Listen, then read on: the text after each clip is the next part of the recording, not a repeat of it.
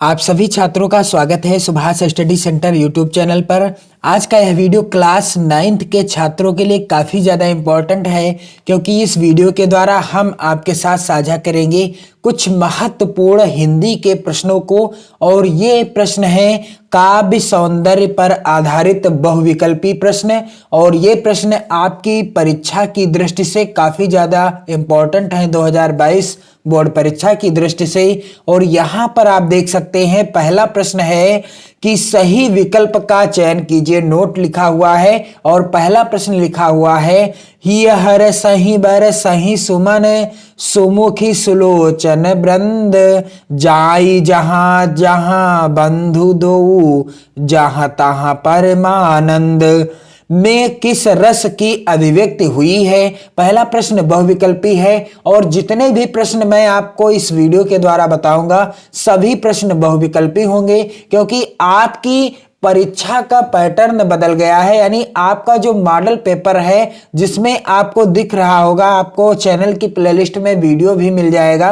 मैंने बताया है कि प्रश्न संख्या 1 से लगाकर प्रश्न संख्या 20 तक ये सभी बहुविकल्पी प्रश्न पूछे जाएंगे और ये हिंदी के प्रत्येक टॉपिक से लिए जाएंगे, जैसे रचनाओं से, गद्यांश आधारित पाठों से भी लिए जाएंगे प्रश्न, काव्य खंड से भी लिए जाएंगे और हिंदी व्याकरण से भी प्रश्न पूछे जाएंगे बहुविकल्पी प्रश्न के रूप में। और प्रत्येक प्रश्न 1 नंबर का होगा, यानी 20 प्रश्न बहुविकल्पी होंगे। कितने नंबर के? 20 नंबर के। तो आज के इस वीडियो में जो भी प्रश्न मैं आपको बताऊंगा काफी ज्यादा इंपॉर्टेंट हैं। यहाँ पर आप देख सकते हैं ही हरसहि बरसहि सुमन सुमुखी सुलोचन वृंद जाहि जहां जह बंधु दो जह तह परमानंद। और यहाँ पर आप देख सकते हैं में किस रस की अभिव्यक्ति हुई है। इस उदाहरण में किस रस की अभिव्यक्ति हुई है? पहला विकल्प है श्रृंगार रस, दूसरा है वीर रस, तीसरा है करुण रस और चौथा विकल्प है भयानक रस। तो राइट आंसर क्या हो जाएगा इस प्रश्न का कि इस उदाहरण में किस रस की अभिव्यक्ति हुई है? पहला ही विकल्प सही है, श्रृंगार रस। कौन सा विकल्प सही है? पहला विकल्प सही है, श्रृंगार रस। दूसरा प्रश्न है आहुति सी गिर चढ़ी चिता पर चमक उठी ज्वाला सी में कौन सा रस है? यह क्वेश्चन मोस्ट इंपॉर्टेंट है।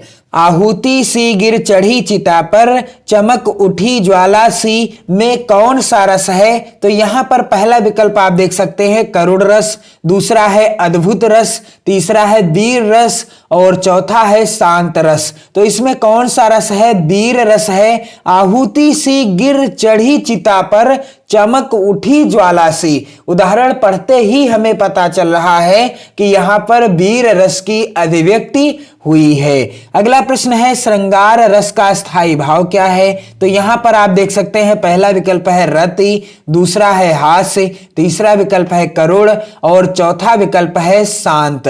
तो यहां पर मैं आपको एक जानकारी दे दूं कि आपको चैनल की प्लेलिस्ट में एक वीडियो मिल जाएगा जिसमें मैंने रस व उनके स्थायी भाव, रस और उनके स्थायी भाव यानी 9 रस और उनके 9 स्थायी भाव याद करने की शानदार ट्रिक बताई है, शानदार ट्रिक बताई है। यदि आप इस ट्रिक से रिलेटेड वीडियो देख लेते हैं तो आपको 9 रस और उनके 9 स्थायी भाव 1 मिनट में याद हो जाएंगे, ये मेरी गारंटी है। बिल्कुल धांसू ट्रिक बताई है, आप उस वीडियो को जरूर देखें, आपको चैनल की प्लेलिस्ट में वीडियो मिल जाएगा। तो यहां पर इस प्रश्न का उत्तर क्या हो जाएगा? श्रृंगार रस का स्थायी भाव क्या है? रति है। राइट आंसर क्या हो जाएगा? रति है। अगला प्रश्न है वीर रस का स्थायी भाव क्या है? तो यहां पर आप देख सकते हैं वीर रस का स्थायी भाव क्या है? शोक है, उत्साह है, क्रोध है या भय है। तो वीर रस का स्थायी भाव क्या है? उत्साह है। और शोक किस रस का स्थायी भाव है? करुण रस का स्थायी भाव है। क्रोध किसका स्थायी भाव है? रौद्र रस का स्थायी भाव है। और भय भयानक रस का स्थायी भाव है। अगला प्रश्न है चौपाई के प्रत्येक चरण में कितनी मात्राएं होती हैं? मोस्ट इंपॉर्टेंट क्वेश्चन है यह भी। चौपाई के प्रत्येक चरण में कितनी मात्राएं होती हैं? यहां पर पहला विकल्प है 16, दूसरा है 14, तीसरा है 12 और चौथा विकल्प है 11। तो चौपाई के प्रत्येक चरण में कुल कितनी मात्राएं होती हैं? हैं? 16 मात्राएं होती हैं। राइट आंसर क्या हो जाएगा? चौपाई के प्रत्येक चरण में कितनी मात्राएं होती हैं? 16 मात्राएं होती हैं। अगला प्रश्न है प्रश्न संख्या 6, तन अनुहरत सुचंदन खोरी श्यामक गौर मनोहर जोरी प्रस्तुत काव्य पंक्ति में कौन सा छंद है? यहां पर आप देख सकते हैं पहला विकल्प है दोहा, दूसरा है चौपाई, तीसरा है रोला और चौथा है विकल्प वैरवे।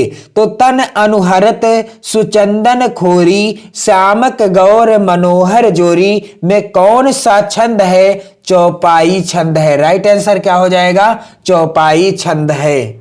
अगला प्रश्न है दोहे के पहले और तीसरे चरण में कितनी मात्राएं होती हैं? यहां पर आप देख सकते हैं पहला विकल्प दिया गया है 13-13, दूसरा विकल्प है 11-11, तीसरा विकल्प है 12-12 और चौथा विकल्प है 14-14। तो दोहे के पहले और तीसरे चरण में कितनी कितनी मात्राएं होती हैं?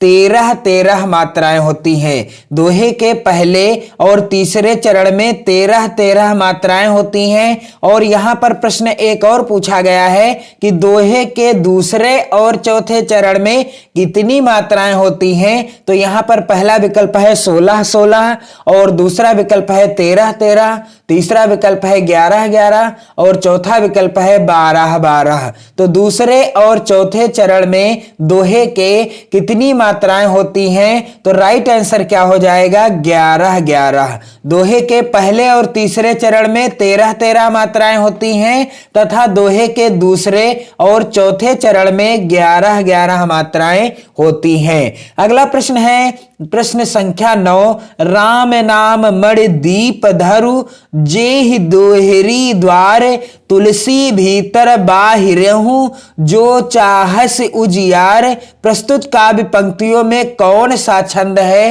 तो यहां पर पहला विकल्प दिया गया है दोहा, दूसरा विकल्प है सोरठा, तीसरा है चौपाई और चौथा विकल्प है रोला। तो यहां पर आप देख सकते हैं लिखा हुआ है राम नाम मणि दीप धरु जीह देहरी द्वार तुलसी भीतर बाहिरहूं जो चाहस उजियार में कौन सा छंद है? राइट आंसर क्या हो जाएगा? राइट आंसर हो जाएगा दोहा।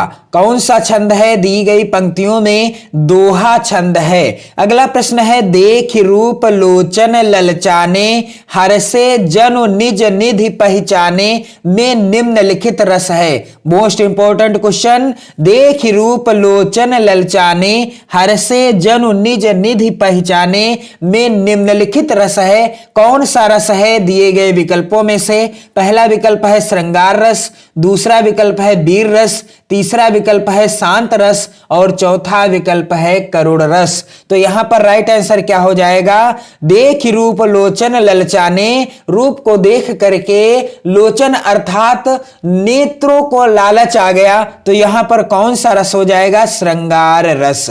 अगला प्रश्न है वंदहु गुरु पद पदुम परागा सुरुचि सुबास सरस अनुरागा के प्रत्येक चरण में कितनी मात्राएं हैं? बताइए। यह प्रश्न भी मोस्ट इंपॉर्टेंट है। बंदहु गुरुपद पदुम परागा सुरुचि सुबास सरस अनुरागा के प्रत्येक चरण में कितनी मात्राएं हैं? पहला विकल्प है 11 मात्राएं, दूसरा विकल्प है 16 मात्राएं, तीसरा विकल्प है 20 मात्राएं और चौथा विकल्प है 13 मात्राएं। तो सबसे पहले तो मैं आपको जानकारी दे दूं कि यह जो पंक्ति लिखी है, यानी ये जो यहां पर आप देख सकते हैं पंक्ति लिखी है बंदहु गुरु पद पदुम परागा सुरुचि सुबास सरस अनुरागा, यह क्या है? यह चौपाई है। यह क्या है? चौपाई छंद में लिखी हुई हैं पंक्तियां। और चौपाई के प्रत्येक चरण में कितनी मात्राएं होती हैं? 16 मात्राएं होती हैं। तो राइट आंसर क्या हो जाएगा कि वंदहु गुरुपद पदुम परागा सुरुचि सुबास सरस अनुरागा के प्रत्येक चरण में कितनी मात्राएं हैं? 16 मात्राएं मात्राएं हैं। चौपाई के प्रत्येक चरण में 16 मात्राएं होती हैं। अगला प्रश्न है यहां पर प्रश्न संख्या 12, तरनि तनुजा तट तमाल तरवर बहुछाये में अलंकार है। तरनि तनुजा तट तमाल तरवर बहुछाये में कौन सा अलंकार है? पहला विकल्प है उपमा अलंकार, दूसरा विकल्प है अनुप्रास अलंकार, तीसरा विकल्प है श्लेष अलंकार और चौथा विकल्प है रूपक अलंकार। तो राइट आंसर क्या हो जाएगा? तरनि तनुजा तट तमाल तरवर बहुछाये में कौन सा अलंकार है? राइट आंसर हो जाएगा अनुप्रास अलंकार। और अनुप्रास अलंकार की परिभाषा क्या है? जहां पर एक वर्ण या अक्षर, जहां पर एक वर्ण या अक्षर एक से अधिक बार यानी 2 बार या 3 बार 4 बार, एक से अधिक बार आता है या 2 से अधिक बार आता है, वहां पर कौन सा अलंकार हो जाता है? वहां पर अनुप्रास अलंकार हो जाता है। आप ध्यान दीजिएगा, वहां पर कौन सा अलंकार होता है? अनुप्रास अलंकार होता है। और आपको चैनल की प्लेलिस्ट में अनुप्रास अलंकार, श्लेष अलंकार और रूपक, उपमा और यमक अलंकार से रिलेटेड वीडियो मिल जाएगा। यदि आप उस वीडियो को देख लेते हैं तो आपको अलंकार रटना नहीं पड़ेगा, एक बार वीडियो देखने पर आपको समझ में आ जाएगा। तो यहां पर कौन सा अलंकार है? तरनि तनुजा तट तमाल तरवर बहुछाये में अनुप्रास अलंकार है, क्योंकि यहां पर आप देख सकते हैं ता वर्ण की आवृत्ति यानी ता अक्षर की आवृत्ति कई बार हुई है।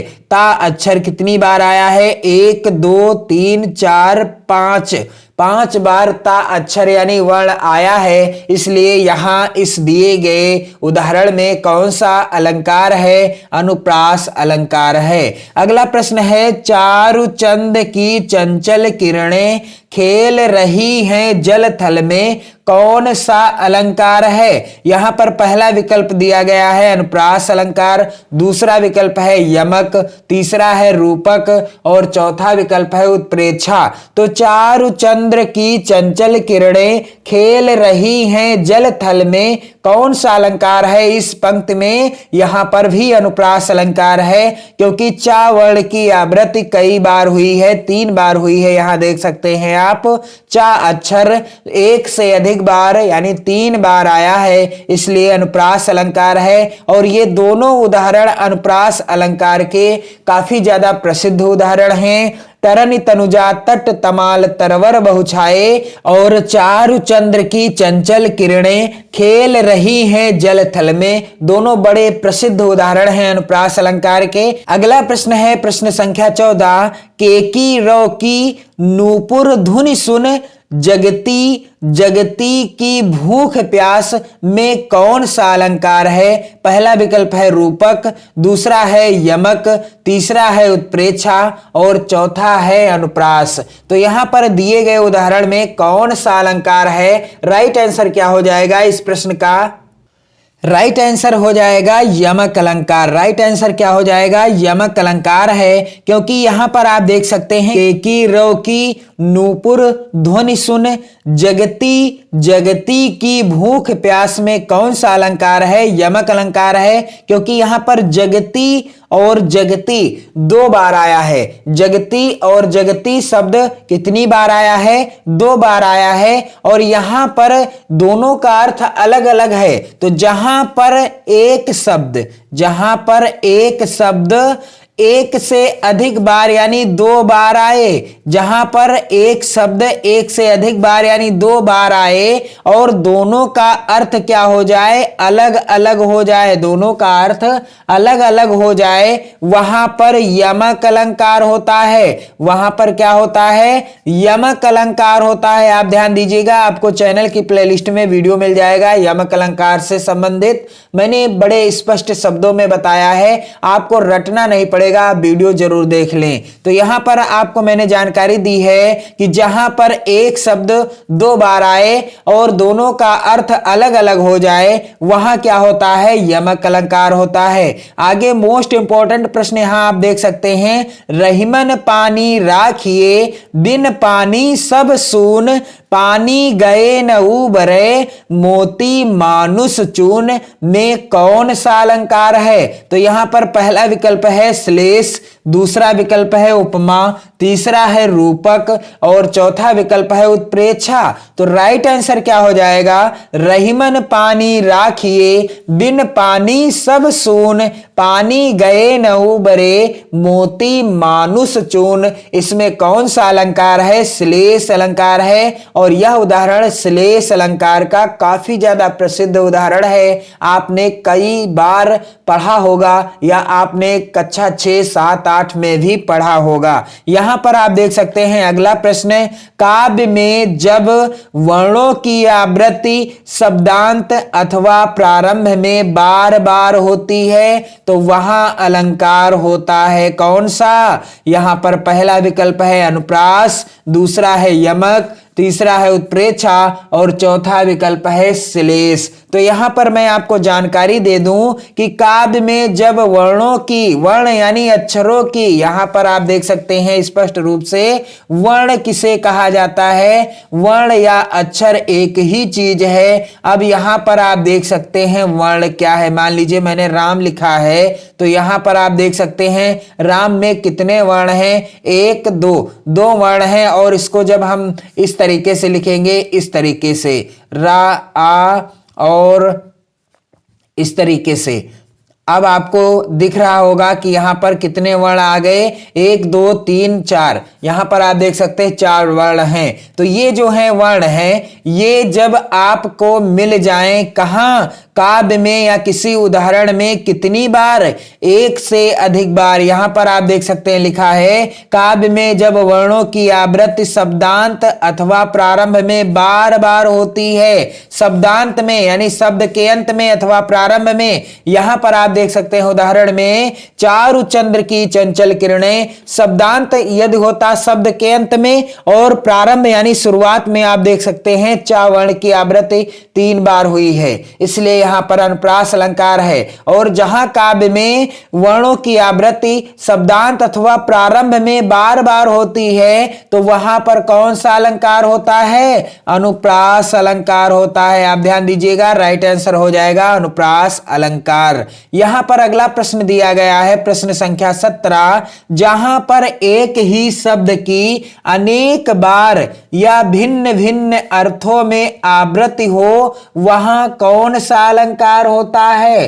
पहला विकल्प है रूपक, दूसरा विकल्प है यमक, तीसरा है श्लेष और चौथा है उत्प्रेक्षा।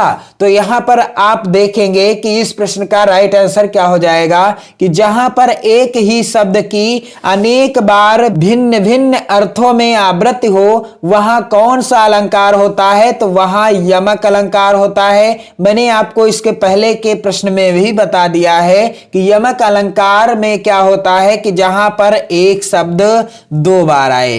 एक शब्द कितनी बार आए? 2 बार आए और दोनों का अर्थ क्या हो जाए? अलग अलग हो जाए। वहां पर कौन सा अलंकार होता है? यमक अलंकार होता है। जहां पर एक शब्द एक से अधिक बार आए और दोनों का अर्थ अलग अलग हो जाए वहां कौन सा अलंकार होता है? यमक अलंकार होता है। जैसे कनक कनकते 100 गुनी मादकता अधिकाय। इस उदाहरण में कनक शब्द 2 बार आया है। मान लीजिए आपको मैंने चैनल की प्लेलिस्ट में जो वीडियो उपलब्ध कराया है उसमें यह उदाहरण लिया भी है। कनक कनकते 100 गुनी, कनक कनक शब्द 2 बार आया है, दोनों का अर्थ अलग अलग है। एक कनक का अर्थ है सोना और दूसरे कनक का अर्थ है धतूरा। तो इसमें कौन सा अलंकार है? यमक अलंकार है। अगला मोस्ट इंपॉर्टेंट क्वेश्चन है, जहां किसी शब्द के एक बार प्रयुक्त होने पर उसके एक से अधिक अर्थ हो वहां कौन सा अलंकार होता है? यहां पर आप देख सकते हैं पहला विकल्प श्लेष अलंकार, दूसरा है यमक, तीसरा है रूपक अलंकार और चौथा विकल्प है उत्प्रेक्षा अलंकार। तो जहां किसी शब्द के एक बार प्रयुक्त होने पर उसके एक से अधिक अर्थ हो वहां पर कौन सा अलंकार होता है? तो राइट आंसर क्या हो जाएगा कि वहां पर होता है श्लेष अलंकार। श्लेष अलंकार की परिभाषा में आप पढ़ेंगे कि जहां पर एक शब्द एक बार आए और उसके अर्थ एक से अधिक हो या एक से अधिक बार उसके अर्थ हो जाएं वहां पर श्लेष अलंकार होता है। तो ये थे मोस्ट इंपॉर्टेंट प्रश्न जो आपकी बोर्ड परीक्षा 2022 के लिए काफी ज्यादा इंपॉर्टेंट हैं। आप इन्हें जरूर तैयार कर लीजिएगा और आप चैनल पर यदि नए हो तो चैनल को जरूर सब्सक्राइब कर लीजिए। वीडियो को अपने मित्रों में ज्यादा से ज्यादा शेयर करें ताकि आपके साथ साथ आपके मित्रों को भी लाभ पहुंचता रहे। और आपको क्या करना है, अपने प्यारे प्यारे कमेंट करते रहना है, अपनी पढ़ाई को बेहतर ढंग से करते रहना है। पढ़ते रहिए, मस्त रहिए। जय हिंद।